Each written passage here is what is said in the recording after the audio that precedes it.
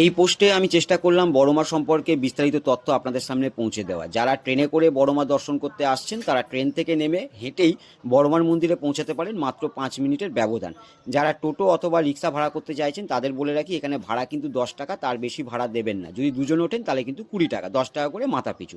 আর যারা ফুলের ডালা বা মালা কিনতে চান তারা কিন্তু স্টেশনে একটু খোঁজখবর নিয়ে দেখবেন, 101টা ফুলের মালা এবং অন্যান্য সামগ্রী দিয়ে তারা কিন্তু 20 থেকে 25 টাকা নেয়। এইবার আপনারা যদি মনে করেন এখান থেকে কিনবেন বা বাইরে থেকে কিনবেন, নিতে পারেন। আমি দামটা খালি বলে দিলাম।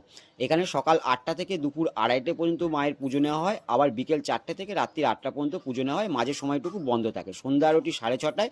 প্রত্যেক শনি এবং মঙ্গলবার মায়ের ভোগ বিতরণ করা হয় দুপুর 2:30 থেকে। যারা ডন্ডি কাটতে চাইছেন বড় মায়ের কাছে বা মায়ের কাছে, তাদের বলবো সময়সূচিটা হচ্ছে ভোর 5টা থেকে সকাল 8টা পর্যন্ত। আমি অন্যান্য সময় ডন্ডি কাটতে দেখেছি।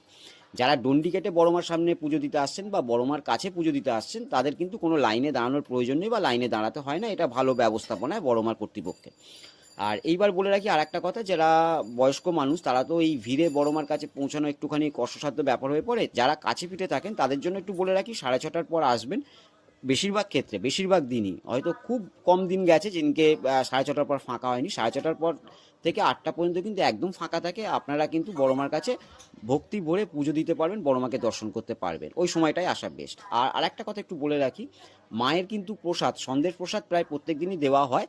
আর এই যে দেখুন সন্দেশ প্রসাদের লাইনটা, যারা হয়তো কোনো জায়গা আনেননি বা কোনো টিফিন বাক্স আনেননি তাদের জন্য বলে রাখি, এখানে বিক্রি করা হয়। এগুলো 5 টাকা করে দাম নেয়। সঙ্গে যদি থাকে কেনার প্রয়োজন নেই আপনার, এখানে মায়ে নিতে পারেন। আর সন্ধে 7:30, এটা 7টা 15, হ্যাঁ 7টা 15 মতো বাজে যখন তোলা।